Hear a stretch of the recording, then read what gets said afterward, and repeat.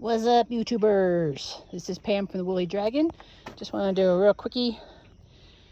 I'm not going to show you my face because I'm all hot and sweaty and, well, look even grubbier than normal. But I just want to show you an experiment I'm going to try. So I've been outside trying to get ahead of the hot weather we're expecting this afternoon. It's supposed to be upper 80s, maybe into the 90s. Which I guess I've been spoiled by this cool weather we've been having so far. I would not mind it if summer temperatures never get over low 80s, but I digress. So I've been trying to come up with a way of using up the rest of these tomato plants I had. I ended up with 26 tomato plants out of 9 different varieties, I believe, 8 or 9 different kinds. And I managed to get 14 of them planted over. Say hello to the dragon. 14 of the tomatoes planted. You can see there, kind of in the mid ground, that seem to be doing pretty good. There's one tomato plant there on that far right corner that's not doing so good. I don't know why. It's a Thorburns terracotta that I got from Baker Creek, but there's another one in the bed that's to the left there with the poles, the T-posts, that's doing great. So I don't know if there's something going on with that soil. Nah, Lizzie just almost got a bird. You almost saw a murder on YouTube. No. So I don't know if there's something going on with the soil in that particular spot, or if it just, because it's on the far corner, maybe it's not getting as much water. I don't know. So I'm trying to up the water content to it and see if it'll survive. Otherwise, I have another Thorburns terracotta to put in its place, but it's kind of getting kind of raggedy too. It's down there in that tray, kind of looking tall and thin. But sometimes you can do that with tomatoes. So we'll see. I'll nip off the leaves that aren't doing too good, leave the leaves at the top, and plant it a little deeper than when it's in. So as you can see, they're in these red solo cups. I can't remember what size they are. I want to say 12 ounces. And I could up pot them into a larger pot, but I really don't want to. And I have these planters that I got at Walmart, an actual good purchase, because these things have survived. They're going on 6 or 7 years now, and they're doing pretty good. Now, to quantify that, at the end of the year, I do dump out the soil into the compost bin and put them inside the garage so they're not out in the sun year round, so they have a little bit of a break from the sun. But what I did was, with my waning strength and stamina and heat tolerance these days, what I did was I went over to my pile of garden soil that I purchased earlier this spring to fill compost bins, raised beds, and top off existing raised beds and that kind of thing. I have plenty left over, so I'm just kind of doing what I can. So what I did was I went and got a half wheelbarrow load full of the garden soil, and then I mixed it, not quite half and half, with some existing potting soil, the Pro Mix with the mycorrhizae. I kind of like that, but that's mostly just kind of, peat and perlite, and it's injected with the mycorrhizae. Possibly other things in there too, but it looks like I mixed it with a little bit more perlite that I had left over, and then added some organic fertilizer, mixed it all together really well, and then I had enough to fill these 3 pots, which they're 14 inches across. I want to say 14, 16 maybe, maybe 16. And while this isn't enough to just plant these tomatoes and let them go. You know, if I keep on top of the watering, they'll be fine. So why I've left them in their little red soil cups, they're not going to stay in there.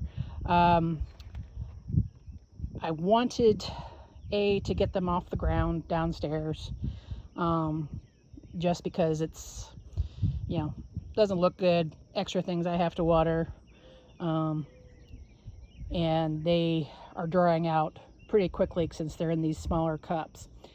So what I decided to do was I brought up the pots. I'm not going to water the pots because we're expecting quite a bit of rain, hopefully, this next week, starting tomorrow, I believe.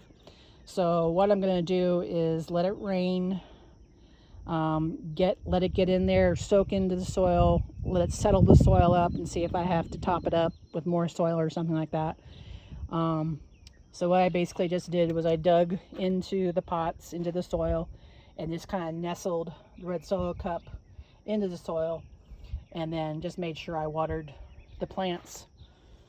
In the meantime, had some water in my rusty trusty blue watering can here, and I believe I had some little bit of liquid organic fertilizer in there. If not, they'll get more when they get them into the soil.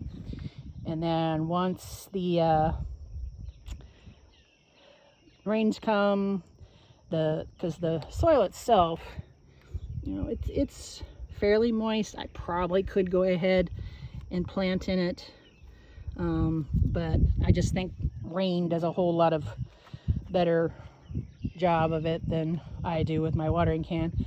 Plus, this is, I want to call it city water because it's definitely not in the city, but it's definitely from where they have to do the chlorination, all that kind of stuff. Not the best. So that's why I fill up the watering can with the hose and then let it set for at least 24 hours. One of these days I'm going to get into rain catching from the gutters and things like that, see if I can get that going, because when it rains here, it rains a lot, and I could probably get at least a few days worth of gardening out of it periodically. So yeah, so I will do a follow-up once I get this done. Plan is let it get rained in, let soil settle, possibly top up the soil, plant the plants. What I'm going to try and do, since there's such a long stem here, is bury the root ball all the way down to the bottom of this pot, which is maybe 12 inches or so.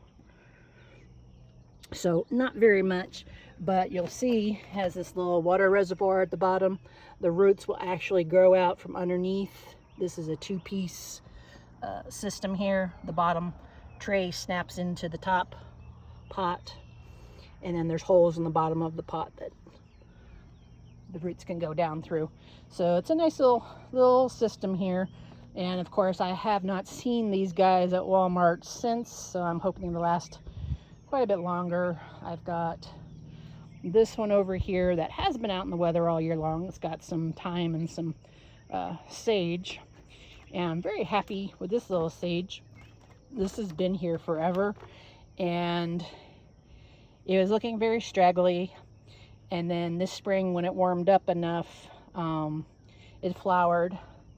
And so what I did was I basically cut everything off except for a couple of new green shoots, and as you can see, it's coming back. So most of my herb type stuff is down in the garden, one floor down that I have to go up and downstairs. So every once in a while, if I just need a quick little something, I can come out here. There's the thyme and the sage. I've got a little bay tree that this little thing is really tough. I have about killed it about 20 million times, but it keeps coming back. And so I just gave it a nice little drink. I probably will take it out of this little tray because it does not like sitting in water, and that's kind of a shallow pot. But when it gets bigger, I will up pot it into a taller pot, and it won't be as much of an issue. And then just one last little thing. This is one of my Meyer lemon seedlings that I grew from seeds, and yes, I have absolutely no expectations that this is actually going to be a Meyer lemon, but I'm just kind of experimenting to see what I get.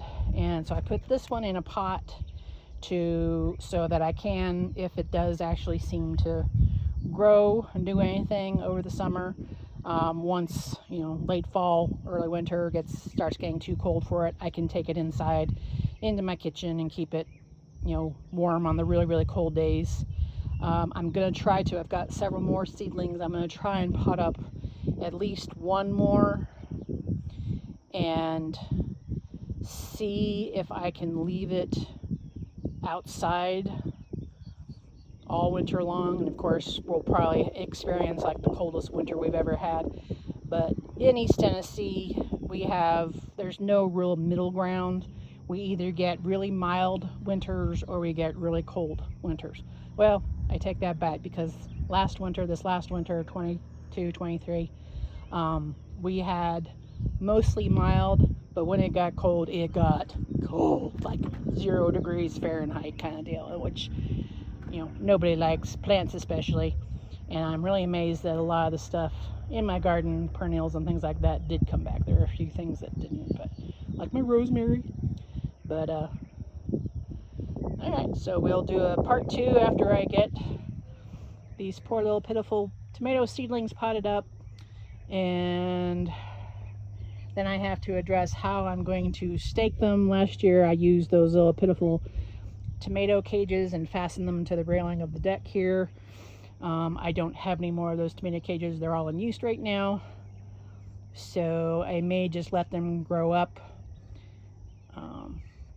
I'll see if maybe I can get one of those posts and just kind of fasten it to the railing, and then, well, we'll see. I'll think of something. If not, there'll be a lot of tomatoes falling off over the railing, and I'll have tomato plants where I don't want them next year. All right, guys, that was it. Bye.